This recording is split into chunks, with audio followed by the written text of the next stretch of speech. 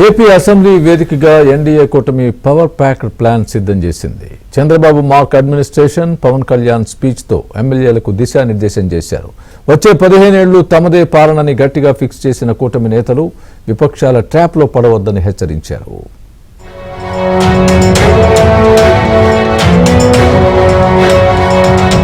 AP assembly committee హాల్లో జరిగిన NDA భేటీలో సీఎం చంద్రబాబు కీలక దిశానిర్దేశం చేశారు.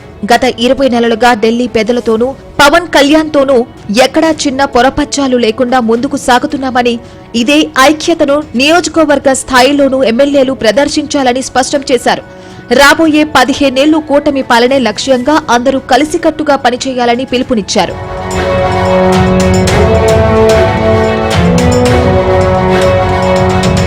విపక్షం వేసే ట్రాప్ లో పడద్దని డిప్యూటీ సీఎం పవన్ కళ్యాణ్ ఎమ్మెల్యేలను అప్రమత్తం చేశారు. కులాల మధ్య చిచ్చు పెట్టేందుకు వైసీపీ ప్రయత్నిస్తోందని, వారి విచ్ఛిన్నకర రాజకీయాలను తిప్పికొట్టాలని సూచించారు. సభలో హుందాగా వ్యవహరించాలని, మనం 5 కోట్ల ప్రజలకు జవాబుదారీ అని గుర్తు చేస్తూనే ఎవరి హయాంలో శాంతి భద్రతలు ఎలా ఉన్నాయో ప్రజలకు తెలుసని పవన్ చురకలు అంటించారు.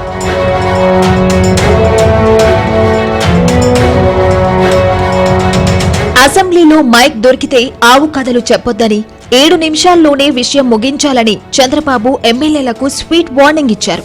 తాను కూడా సభలోనే ఉండి అందరి పనితీరును గమనిస్తానని, టీడీపీ ఎమ్మెల్యేలను పిలిచి ప్రత్యేకంగా సమీక్షిస్తానని స్పష్టం చేశారు. ఏపీ అభివృద్ధిపై కేంద్రం సానుకూలంగా ఉందని, 2 లక్షల కోట్ల విలువైన పనులతో రాష్ట్రం అభివృద్ధి పందాలో దూసుకుపోతుందని సీఎం ధీమా వ్యక్తం చేశారు.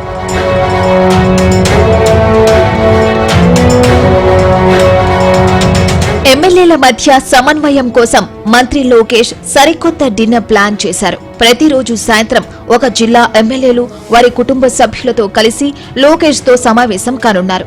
సభలో సమయస్ఫూర్తితో వ్యవహరించాలని ఆర్థిక మంత్రి పయ్యావుల కేశవ్ సూచించారు. మొత్తానికి అభివృద్ధి, క్రమశిక్షణే మంత్రంగా కూటమి సర్కార్ గట్టి ప్లాన్ గీసినట్లు కనిపిస్తోంది.